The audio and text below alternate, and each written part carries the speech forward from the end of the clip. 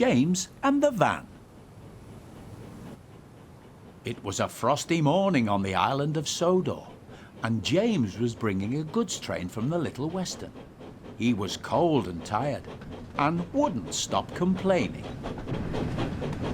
Why couldn't Duck or Oliver do this, he moaned. A splendid engine like me should be pulling coaches, not these troublesome trucks. Don't worry, James, said his fireman. We've nearly reached the yard now, so you can have a drink and a rest before your next train. Good, James replied. A nice long rest will make me feel much better.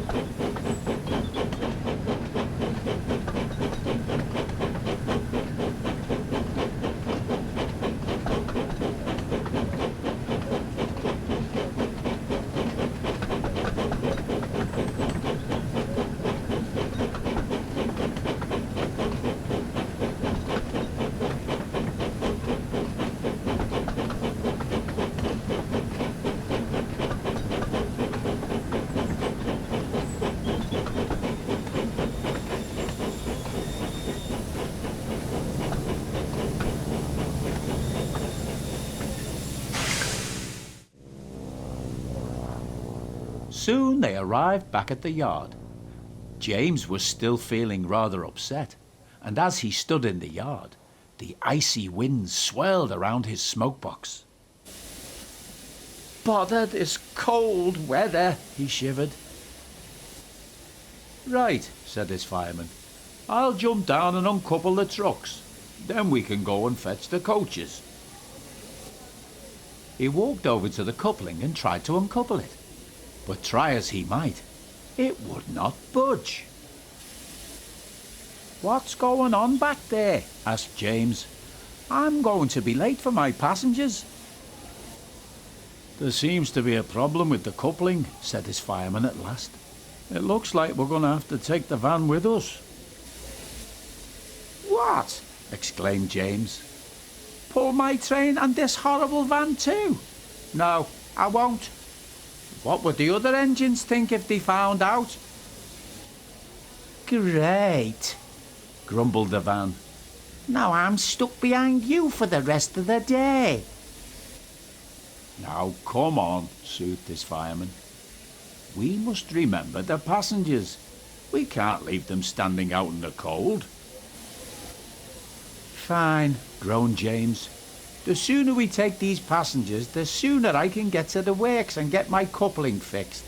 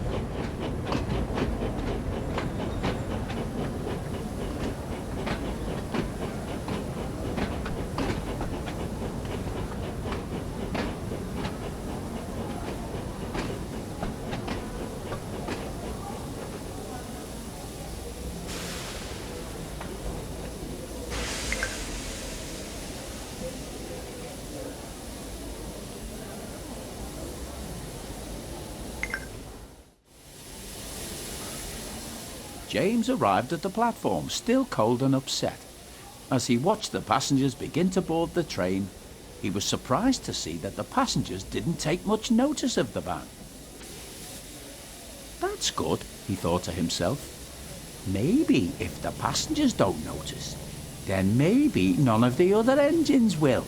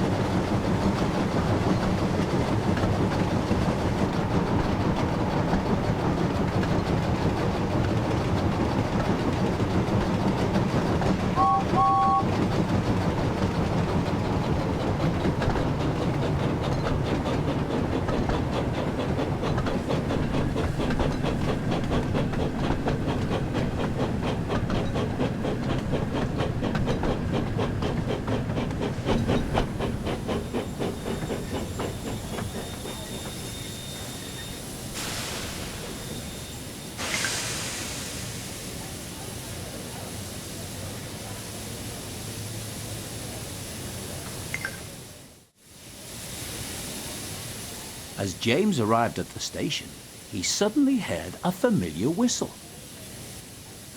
"Oh no," said James. "It's Gordon." "Hello, little James. What are you doing coupled to that van?" asked Gordon.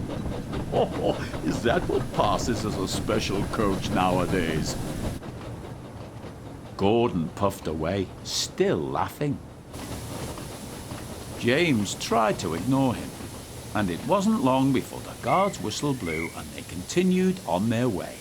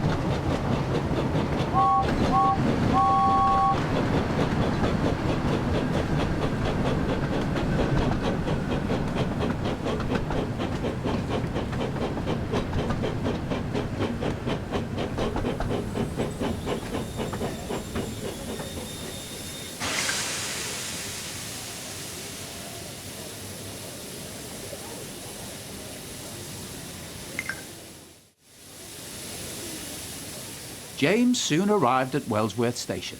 As the passengers began to board, he suddenly noticed the stationmaster talking to someone with a large wooden box. "I'm sorry, but you can't bring this on the train," said the stationmaster. "There isn't enough space. You'll need to wait for the mail train later tonight."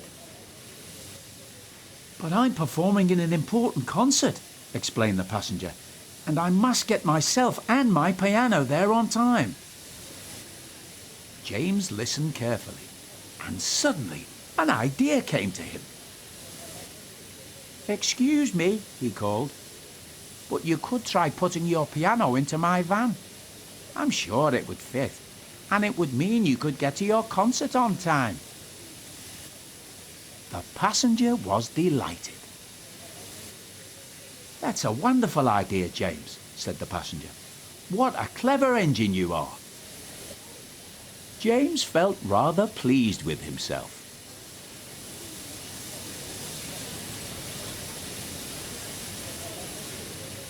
This piano is heavy, moaned the van.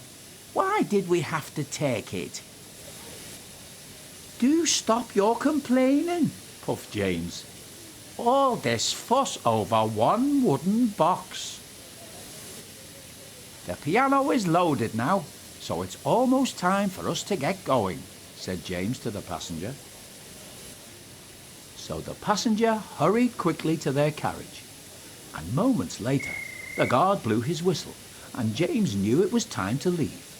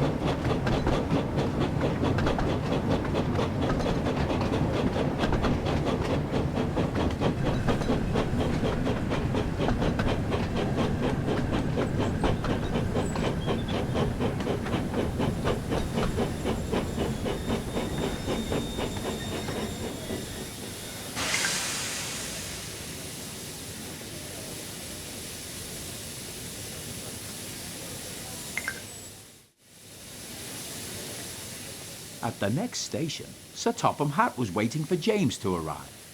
He was surprised to see a goods van in front of his coaches. He was just about to ask him about it when the owner of the piano came over to see him. This clever engine and his crew came to my rescue, he explained. They helped me to transport my piano in time for my band's concert tonight. And James offered to help. You must be very proud of him. Indeed I am, smiled Sir Topham Hatt. James, your quick thinking has helped a passenger in need, and you've once again proven yourself to be a really useful engine. Thank you, sir, puffed James proudly. Hey, what about me? Cried the van. I had to carry the piano. Sir Topham Hatt turned his attention to the van. I hear you helped one of my passengers today, he said. So I must thank you as well. You are a very useful van indeed, and you've even given me an idea. Perhaps we should consider adding vans to all our passenger trains in future. I think that's a good idea, sir, said James. Getting stuck to a goods van wasn't such a bad thing after all. The van was pleased, but a little embarrassed. He wasn't used to getting praise like this, and was looking forward to his next passenger train.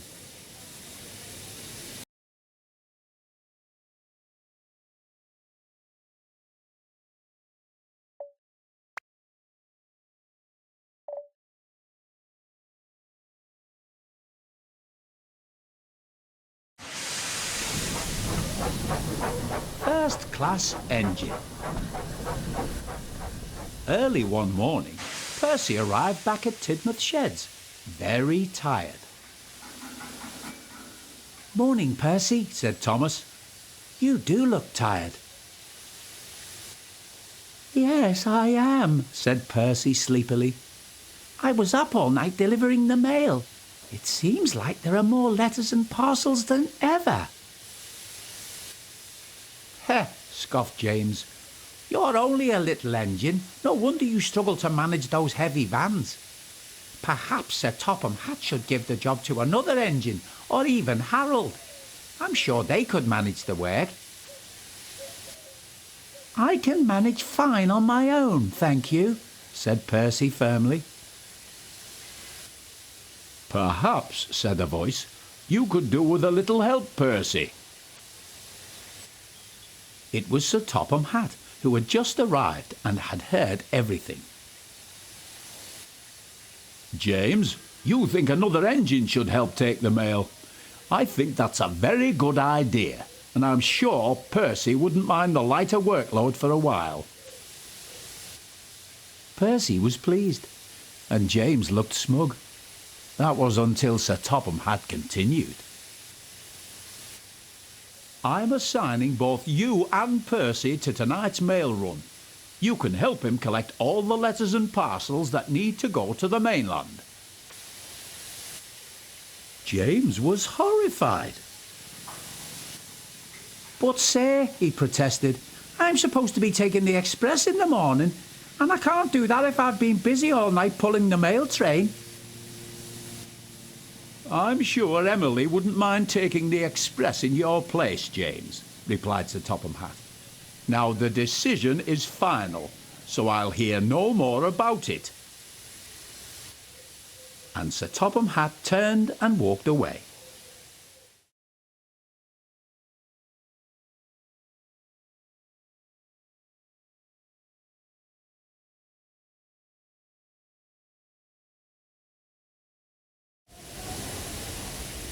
Later that night, James and Percy had collected their mail vans and were waiting for them to be loaded at Knapford station. Percy was trying to explain to James what he had to do, but James was taking no notice. James, you must remember to collect all the bags of mail at each station, explained Percy. Sometimes the mail will arrive by road, so you have to be patient and wait for the van to arrive and be loaded into your train before you leave. But James was too busy thinking about getting back to his shed and waking up to pull the morning express. Just then, the guard's whistle blew and the two engines set off. Good luck, James, said Percy. I'll manage fine, thank you, James grumbled. Silly Percy, thinking I can't manage a few bags of mail. It can't be that difficult.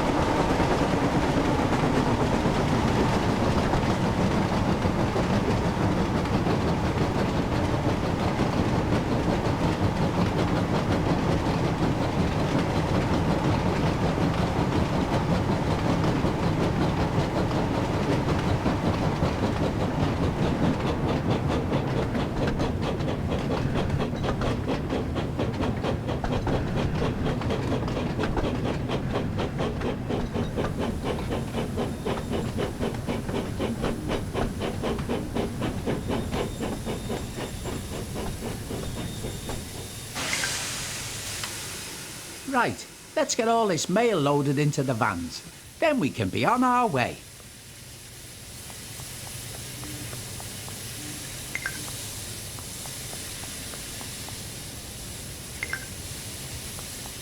That's all the mail from this station. Let's get going. The sooner we finish collecting all this mail, the sooner I can get back to my shed.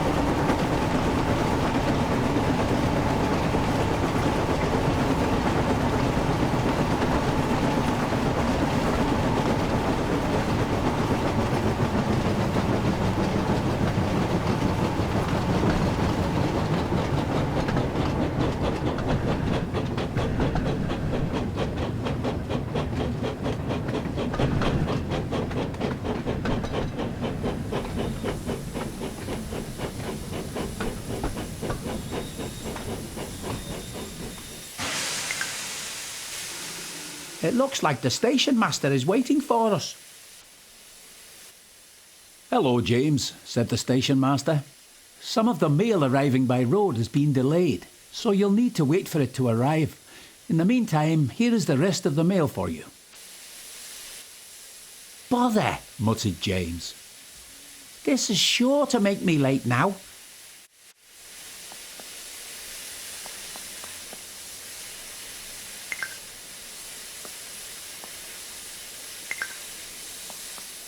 "Come on, driver. We can't afford to be late."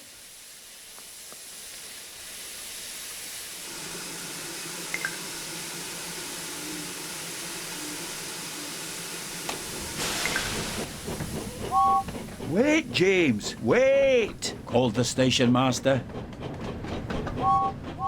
But James didn't stop. He was determined not to be late and wanted to prove he was better than Percy.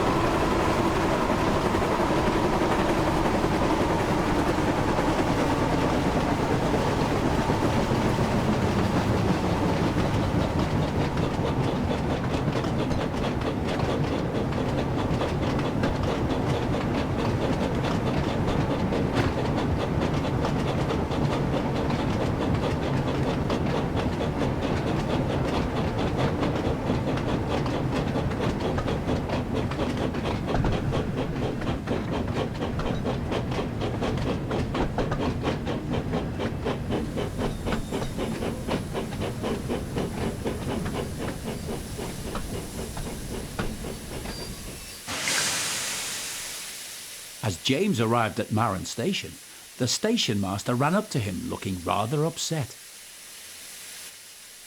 "James," he said, "I've had a phone call from the station master at Wellsworth, and he tells me that you didn't wait for the mail to arrive by road." James felt foolish. "Now," continued the station master, "we have arranged for the mail to be brought here. So please can you wait for it to arrive? It's vital that this important mail reaches its destination on time." This time, James listened carefully, and suddenly an idea came to him.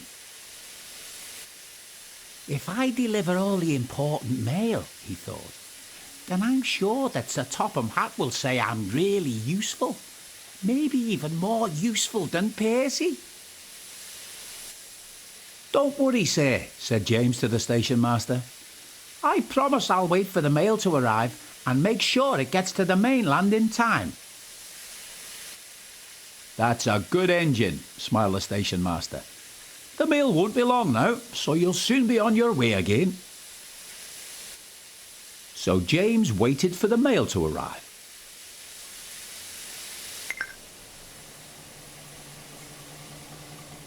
He didn't have to wait long.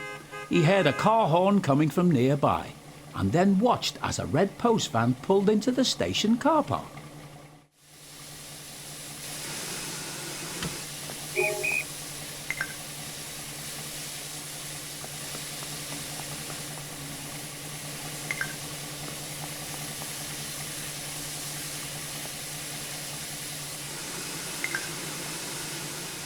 Soon the important mail was loaded, and James puffed quickly away. He was determined to make up for lost time, but was even more determined to prove that he could be as patient as Percy.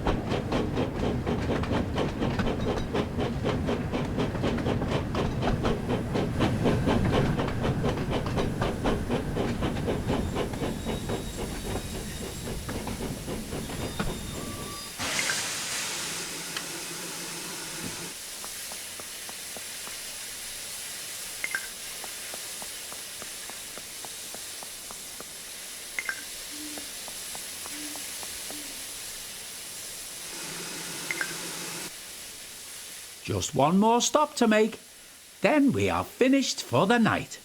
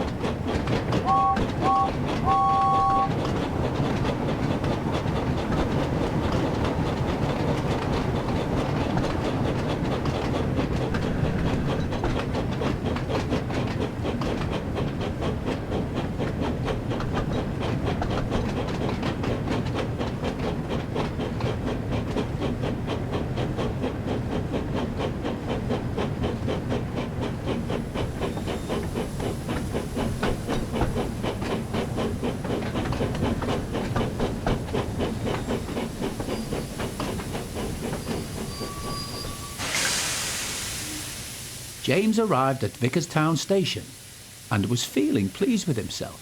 He had collected all the mail and tried his best to make up for lost time.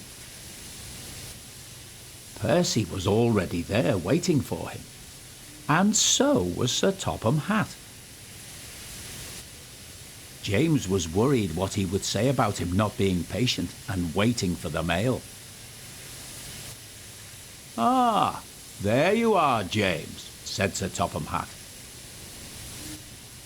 "I've heard from several of the station masters that you've done a good night's work," Sir Topham Hatt smiled. "I've also heard that there was a small incident at Wellsworth station," he added.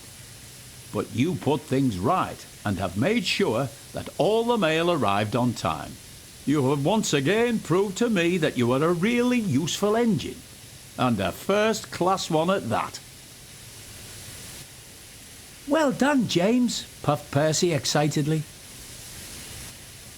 James felt so proud he thought his boiler would burst.